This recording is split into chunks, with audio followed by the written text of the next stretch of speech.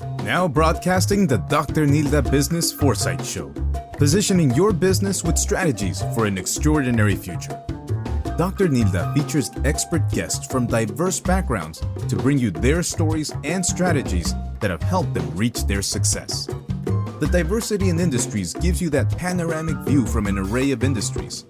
They are innovators, thought leaders, trendsetters, and strategists. Here, Dr. Nilda reveals strategies that will position you to be on the cutting edge and be able to do what you love with the people you like, making the profits you want to live the lifestyle that you have dreamed of. And now, here's your host, Dr. Nilda Perez. Hello and welcome back to the Dr. Nilda Business Foresight Show. Today I have with me again my co-host Rachel Calderon. Say hello, Rachel. Good morning, everyone. Okay, and I have a very, very interesting guest. His name is Richard Gottlieb, and he is the CEO of Global Toy Experts. He is a global consultant. He is internationally known consultant. He's a writer, he's a speaker, and he's a commentator on the business of play. He is highly valued for his ability to visualize how to survive and thrive in the 21st century play economy. He is the publisher of Global Toy News, which is a very interesting publication, the industry resource for toys, news, and toy trends and analysis for the business of play. Richard holds an MBA in Global Business Management from Phoenix University and a Bachelor's in English Literature from the University of Richmond. Welcome, Richard. How are you? Good. Nice to be talking to you today. It is such an honor. So I want to start with what attracted you to the business of play? I think all of us have some kid in us, and so I think that just the whole topic of play and toys is a kind of a fun and attractive product segment. And then I was just really interested in the fact of it seems toys are just so relevant to our lives. You know, they help shape who we become as adults, and for that reason they help shape the future. So it's an interesting and most of the time enjoyable business to be in. Not all the time, but most of it. Yeah. I mean, every business has its drawbacks, right? Mm-hmm.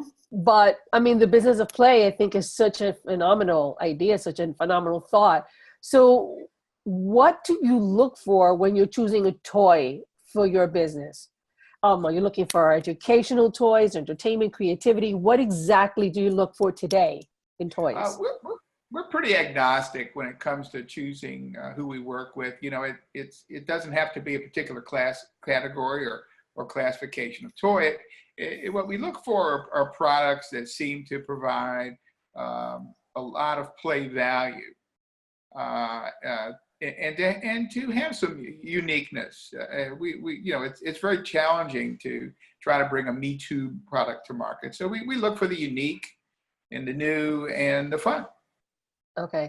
All right. So if you can explain a little bit more. So when you are looking for toys for your company, I know that you go through an array of different companies. How do you know what's cutting edge? Because I know toys today, that's one of my pet peeves. These toys today are not the same toys that we played with as kids. So toys are so progressive. They've really come such a long way. So what exactly are you looking for when shaping a child's future, when shaping an adult's future, shaping that child into an adult? What exactly are you looking for to bring to the forefront for them to get from a toy? Well, it has to be relevant to their lives and to the future we're going to live in. So first of all, let's not forget that just those regular blocks and physical toys that we play with are still extremely relevant. And I know a lot of parents see their kids as having a lot of screen time, but they also like to play with just traditional physical toys. And very frankly, that's where we learn the physics of our world. You watch a child build a tower of blocks. Right.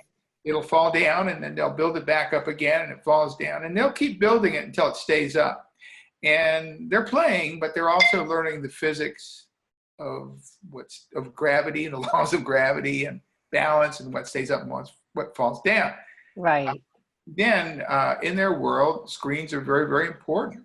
And in the world they're going to live in and they're going to work in, this is how people communicate. So parents who want to take screens away, I think, are making a mistake, because you're not preparing them for the world as it is. It's you're kind of trying to bring back your childhood, which is, frankly, it's just not relevant to their childhood. So in that or their future, for that matter. Correct. Is that accurate? Right. Not only their childhood now, but their future. Right. Okay. And then finally, we try to remember that, you know, it's a tough world. It's a hard world. So there's a lot of fun out there, particularly with soft toys. So one of the reasons that Fidgetals, which was this cute little worm-like plush robot, with a plush robot worm that goes around your finger, was so popular this year, I think, is because of a desire for not just high tech, but high touch. You know, to be able to touch and feel and have some softness, because kids really want that. Right. Okay. Now we all know that we saw that little thing that was, I forgot, you touched it and it turned out, I don't even know what it was called, because I just found it kind of like an interesting and strange. It was a spin. Yeah. It's like it spinned. It had like three little. Fidget spinner? I think it was something like that. So for something like that to be produced, how far, you know, because I'm in, how far in advance, you know, do you choose your toys? I know fashion is usually like 5 and 10 seasons away, but toys, how does that work? Because I was really surprised when I saw that little interesting toy. I was like, and everyone had it, even if it was for a short season.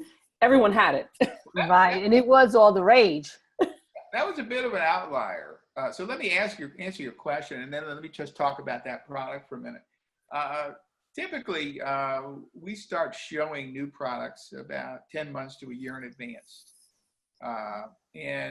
So when we take a look at products by inventors, this is going to probably be at least 18 months between someone getting the approval for an invention, a toy invention, and before it finally hits the shelves. So there is a process involved, and part of that is you have a lot of design work and approvals that have to be done, and then of course you've got to make them. And we make most of our toys, roughly 86%, in China on the other side of the world. So it takes a time to just physically get the product made into market. So it takes time. The fidget spinner that you were talking about was an interesting story in which that product had been around for years. And Really? Yes, and it had been a toy designed really for kids who struggled with autism. Suddenly it went mainstream. And sadly, the woman who invented it originally let her patent go like a couple of months before it took off.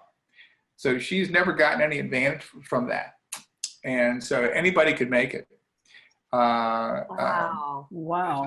So the question becomes, why did it suddenly become so popular? And like with any big fad, we really don't know. I mean, any fad that starts with the public is a phenomenon that if we understood it, we would have fads all the time. There's just something about a product at a certain place at a certain time that catches hold. In the case of the spinner, I would imagine that some cool kid influencer on some playground somewhere brought it to school, and it just traveled through what I call the schoolyard social network. It worked from schoolyard, city to city, and eventually around the world. Right. That's interesting. So how hard is it? So how difficult is it to market some of these toy ideas? Or to bring it to the market, I should say. A new toy to market. A new toy to market, yes. Yeah, I mean, because that toy was around for so many years. Right. Well, typically, first of all, you've got to get in front of a toy company. just for them to even look at it. Right. And Such as like a Toys R Us? No, like a Mattel or a Hasbro. Okay, got it. Or MGA or a Spin Master. And they have people whose job it is to look at outside inventions from outside inventors. If you could get an appointment, and typically you need an agent to be able to do that, you get a chance to make your pitch, and they have to decide if they think it's a viable product, and if they can make it at an affordable price. You know, you can have the coolest product in the world, but if you can't make it at a price that people will pay for it, they just won't do it. And so if you're fortunate enough to be approved, then they will license the rights or buy the rights to your product and begin their own styling and design of it. And then once they've done that, they'll show it to retail buyers at Toys R Us or Walmart or your local toy store. And hopefully people want it, they make it, they ship it, and then the consumer gets to vote as to whether it's a good product or not. And they vote with their wallets. Right. Yeah, exactly. They vote with their credit cards. Exactly. Yeah, right. So what direction do you see, because I know you're not just, you're just not involved in global toys, but you're also a futurist. So what direction do you see the toy industry going? Well, I think, first of all, just from a retail standpoint, the toy industry is, our retailers are no less affected than other retailers by the rise of the internet and e-commerce. When I was a kid, and maybe when you were a kid, the most exciting thing that could happen to us was to get our driver's license, because it meant we were emancipated. That's right. Free. We were free. There's a lot of boundaries now that you think about it, but at the time we were free, right? Right. So now, though, 16-year-olds really don't care. The number of 16-year-olds getting their driver's licenses has just plummeted over the last 5-6 years. Really? Because these kids don't care about driving. Their rite of passage is a cell phone, a mobile device, or a computer, and getting access to the internet. So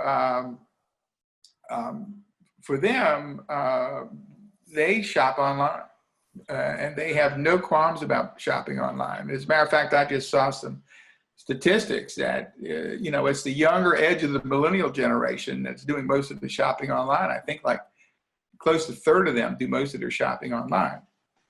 So this is having a huge impact on what we call the bricks and mortar retailer, that traditional retailer that wants to, has a store, a front, and has a warehouse. And therefore they have to do enough business to support their infrastructure, their physical infrastructure. And frankly, the internet just needs to take enough. They don't have to take all your business. They just need to take away enough so that you can't support that anymore. So I think as a result, what we're going to see is a reduction in the number of physical stores. We're going to see a continued proliferation of digital play and of digital purchasing. Right. That's interesting. That's interesting that you say that, because I was just thinking, like back in the days, like toys for me, like a company like Toys R Us I would just sometimes take the kids there, and it was like an experience. They were able to touch the Legos, the latest Legos, to look at them, even ride a bike, to actually choose. So for you to say that, most of the millennials are doing online purchases, that's interesting, because I feel that the experience to me would have never gone away. You know what I'm saying? And then you're saying that most of them are purchasing online. Yeah. That's really interesting. Right. And going and taking that a few steps back, what you said earlier, that kids are desiring more high touch. So on that note, I find that if they're seeking more high touch. You mean high touch or high tech?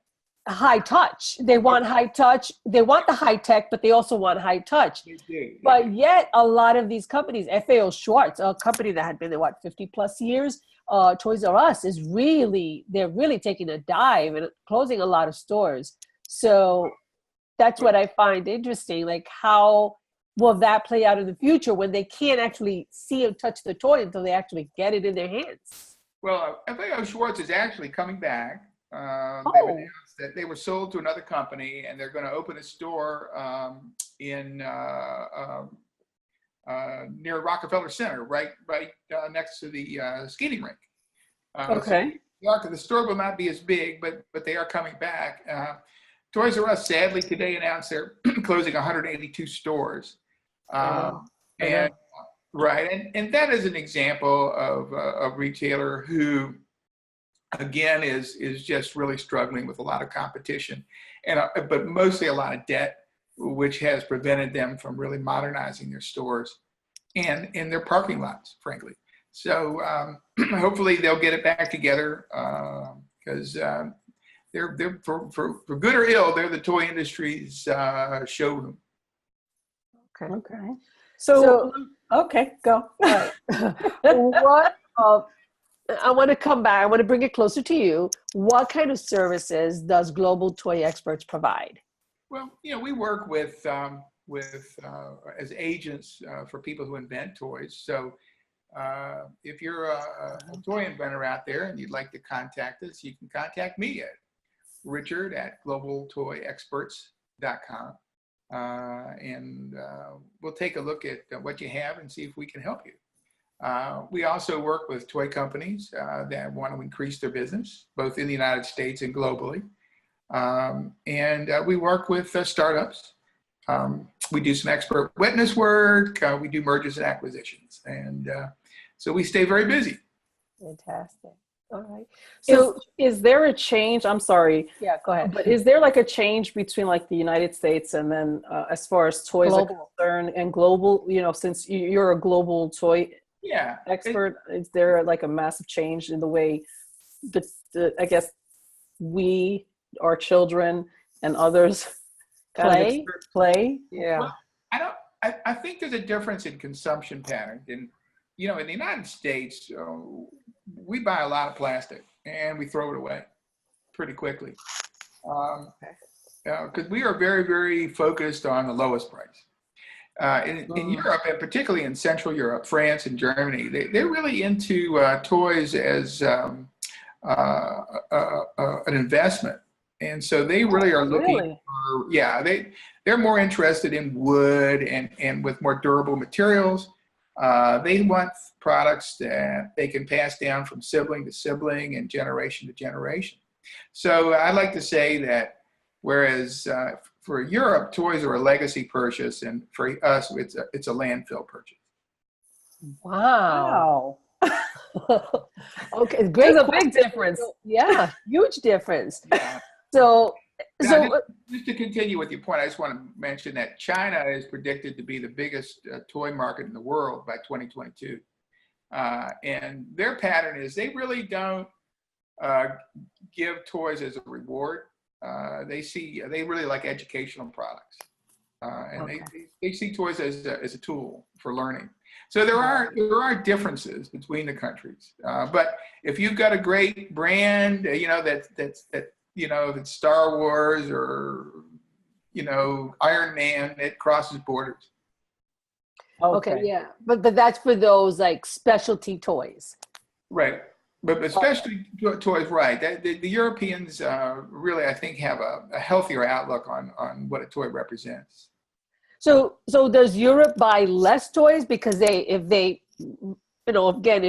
inherited from family member to generation do they buy more or do they buy less than they do in the United States? Well, we actually spend more dollars. We buy a lot of toys. Okay. And then they all go to the landfill. Right. You walk in somebody's house, you're going to see a lot of plastic. Yeah. And I'm not knocking plastic. I'm just saying that it tends to be more of an impulse purchase here. Whereas Yeah. where in it's studied very carefully. And Asia is more educational. Correct. Okay. Okay. Okay. Well, that really changes the whole global Yeah. perspective on toys. Yeah. Right. Okay. So Okay.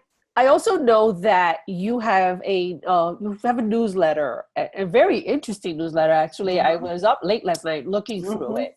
We both were. Yeah, and it was really fascinating.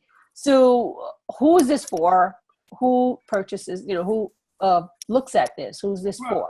it's mostly people involved in the toy industry, in the play industry. I like to use the term play industry because that includes people who are in video games and apps.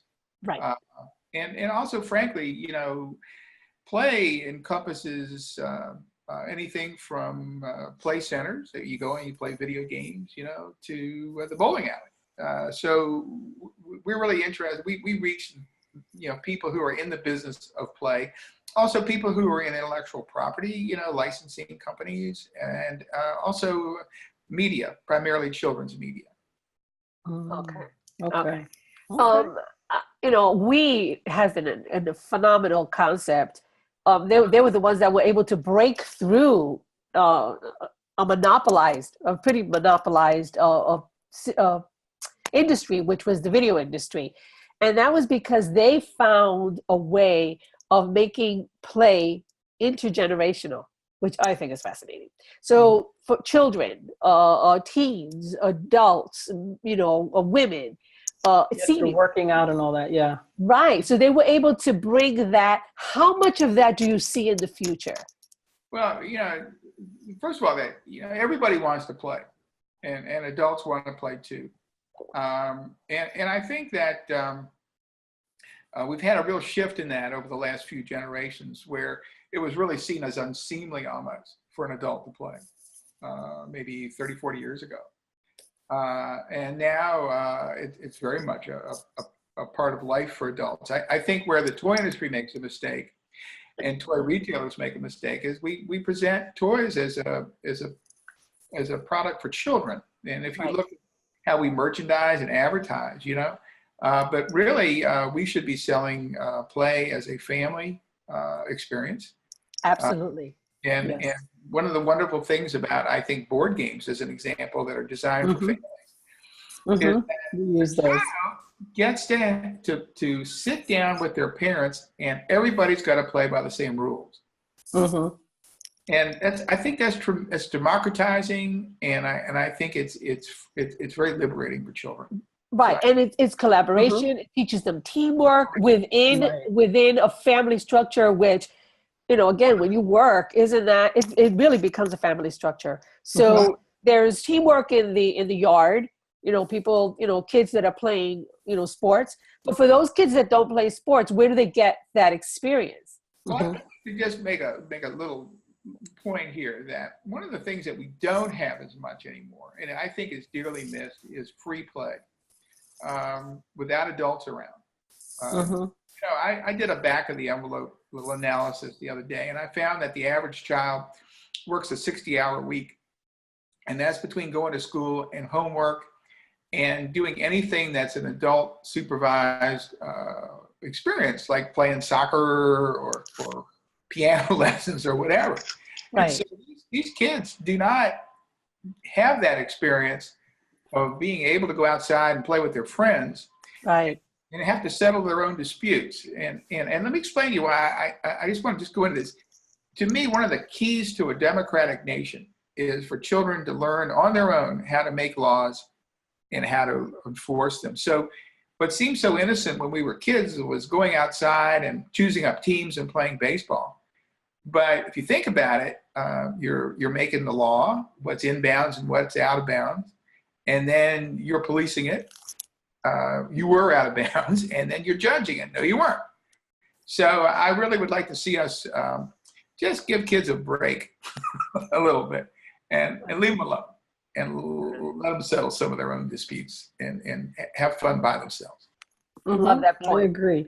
I agree. And I'm just going to take it back a little bit to before the experience. I think that adults are, that you were saying that adults don't really experience, play time anymore. You're so right. I just recently came back from Disney with my kids. And I must say that the experience, my kids would look at me like, Mom, I cannot believe you're behaving the way you are. They're like, you're like, this businesswoman has turned into, like, the Hulk of play, If they're like, you're screaming, you're yelling on these roller coasters. And we went on the Pandora ride, which was a 3-hour wait.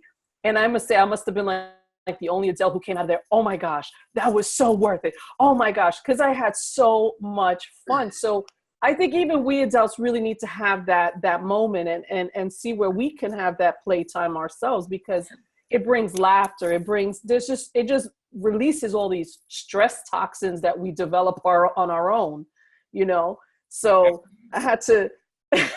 Great point. I love that. That's so true, Rachel. Yeah. So now we're going to have to charge Richard with finding those games, those toys that are going to help adults to be able to de-stress. Find those people, because we need it. Adults, we need it. We sure do, and I the think importance. adults find that in board games, which are a little more static, but it's also fun to run around in the yard, and there's plenty of products out there that Yes. that remind us to do that. But mostly, I think just getting down on the floor with your child or your spouse and engaging in something that makes you both laugh, and maybe even a little bit competitive too. That's all right. It's fun to do. Absolutely. Yes, in my household, we get very competitive when it comes to these board games, especially Monopoly. Yeah. Yeah. I do have something I want to say to your grandparents out there. A lot of people come to me and ask me what should they buy? What should grandparents, how do they decide what to buy a child and their grandchild? And what I like to say is, get them what you love. Don't give them what they love. Their parents, that's their parents' job. You give them your enthusiasm. So, shoot, if you love stamp collecting or coin collecting, get them started doing that. Worst that'll happen is they won't particularly find it interesting, but they'll know that was your passion and they'll remember it. And the best that'll happen is you'll create an enthusiasm with them that you can share.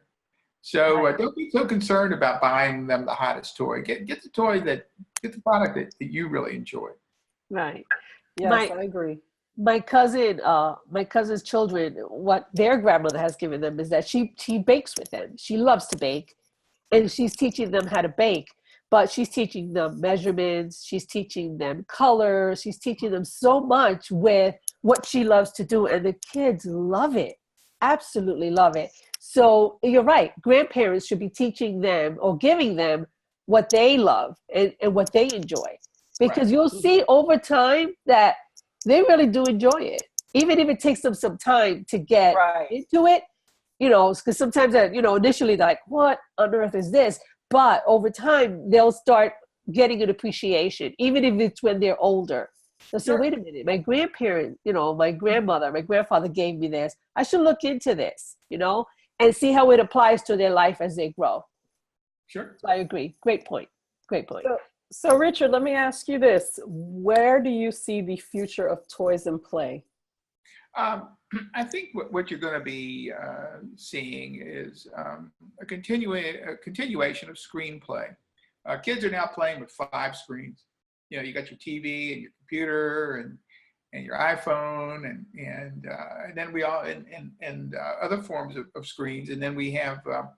So I think you're going to see more virtual play, and we all have to remember that for those of us who are older, there's a very bright line between what's virtual and what's real. But for kids, there's not. I always like to say kids live in a bigger room than we do.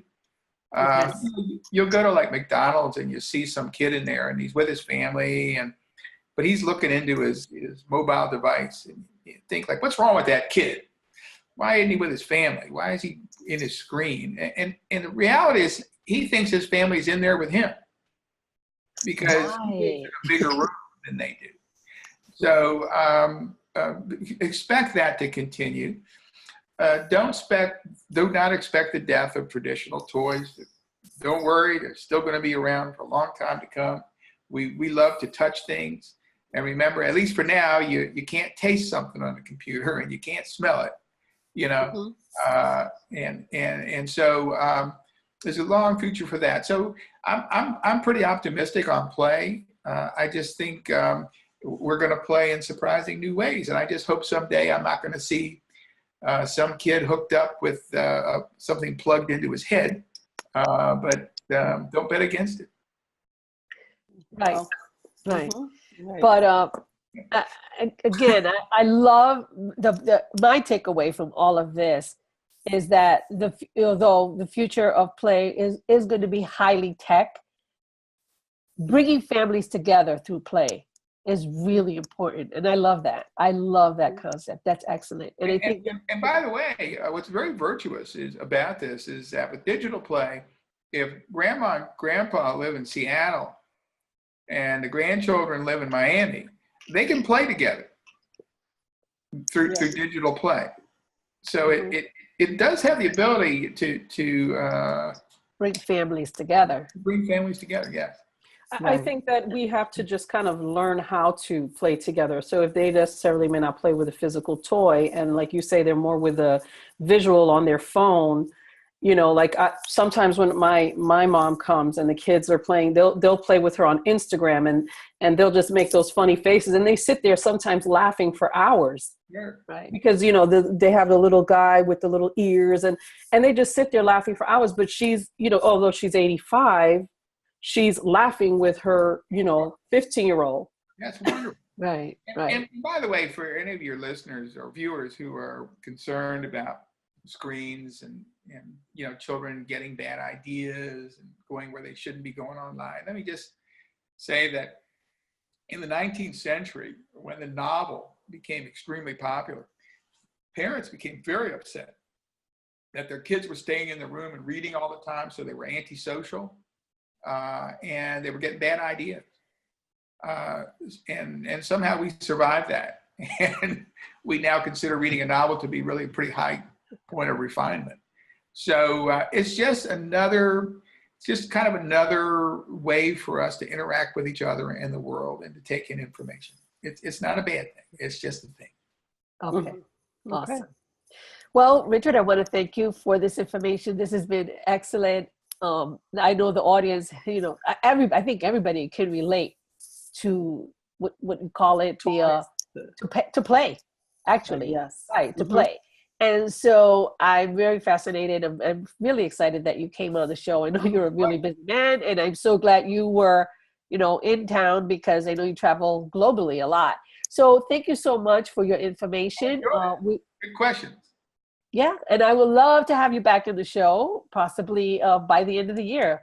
So you can tell us about the latest and greatest toys. So especially before Christmas. Yeah, that's right. Right before Christmas. So so thank you so much for being here. And to my audience, I say thank you so much for coming back and listening. And we will see you next week with another Futurist. Bye, guys. Bye. Till next week. Thank you for listening to the Foresight Strategy Show.